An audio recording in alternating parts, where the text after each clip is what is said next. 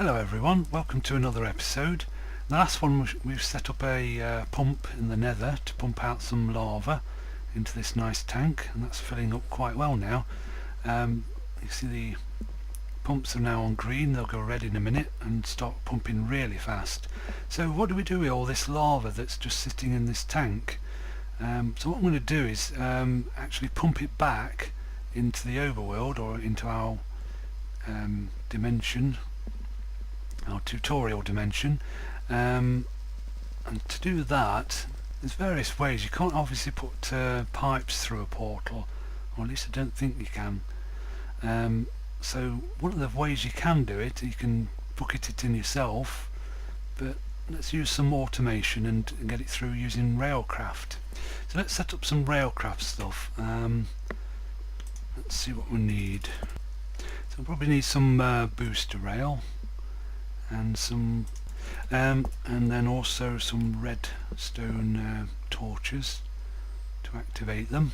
Several ways of doing this. This is the way I've been playing around with. What I'm going to do is pump it from there to a liquid loader, which is part of Railcraft, which will basically load liquid onto a rail cart. So we need to line it up with the portal. This is a portal going back to the tutorial age where we was earlier. So if let's just line it up with that. I seem to get a bit of lag on this spot for some reason. So I'm just going to set this up. I'm going to set it up fairly easy to start off with, where a kind of one-way thing, just so you can see how the process works. Then I'll upgrade it to be a two-way, so you can just basically leave it to do its thing all the time, and you'll get just free lava delivered to your doorstep. I'll just do a simple setup to start off with.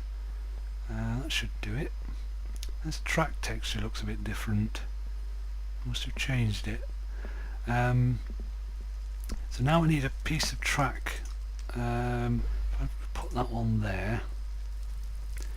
Now I'm going to need some stone or cobblestone or something.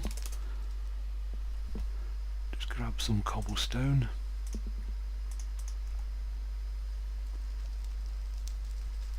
It basically loads the liquid into the top of the cart, so you want the loader to be above it.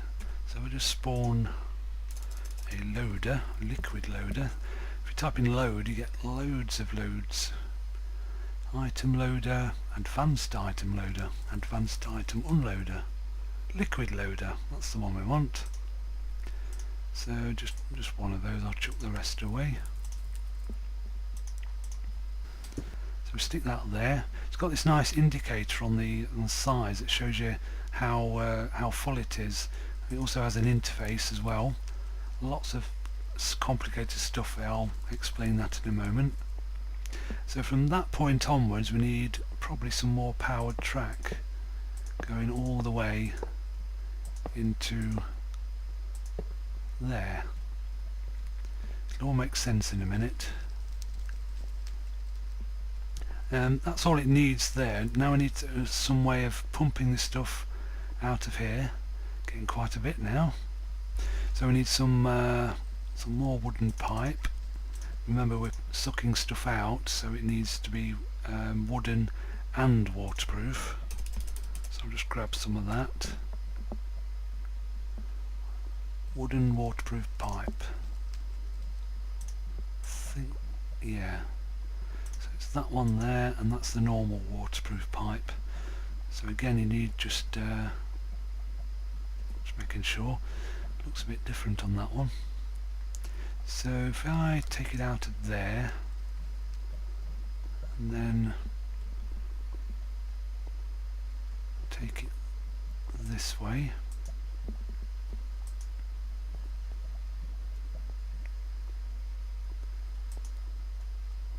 just level with the railway. Get a bit of lag.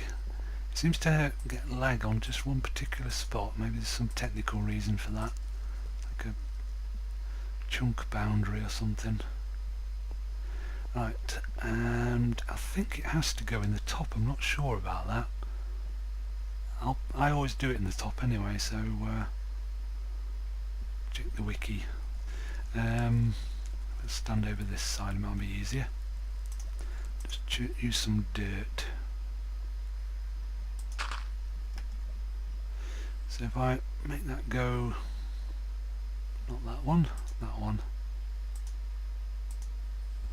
and round here, and you see it going into the top there quite clearly. So down here then we'll need an engine. Oh, we've got some there. So put it there, and it naturally points towards the wooden pipe, and a switch, flick that on, and it should start sucking it out of the tank and down the pipe. Now it doesn't matter where you actually connect this, you don't have to connect it in the bottom or anything. You know, Minecraft physics isn't always like regular physics, so you could actually connect it up to the top if you want to, and it'll still pump the liquid out, but it's just convenient to have it at this particular height. So that's now pumping quite fast really, and that's loading into the liquid loader. If I just right click on that, you can see it going in there. It'll hold 8,000 units, whatever the units are. I think there might be possibly buckets for the units. You can actually use these bits here. If you put a lava bucket in there, it'll suck it out and put it into its own internal tank, and likewise if you put an empty one here, it'll take some out and put it into the bucket, so you can manually put stuff in and take stuff out. You can see the nice indicator there showing us it's nearly full, so we need a train to go take some stuff away. I'll just quickly light up this track. I think one torch should do that side and that side. I've just spotted a mistake actually. That doesn't want to be detector rail, I was thinking of something else.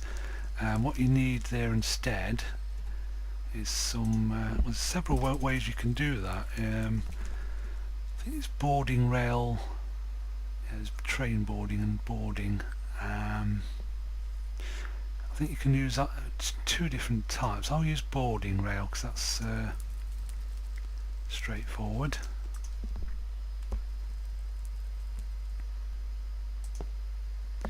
Now if you can see, that's not very clear at all actually. I'll just replace that block because it's not very clear to see it red on red. Got some dirt. Got nothing to kind of break it with that. Yeah. That might make it easier to see now. So that one there.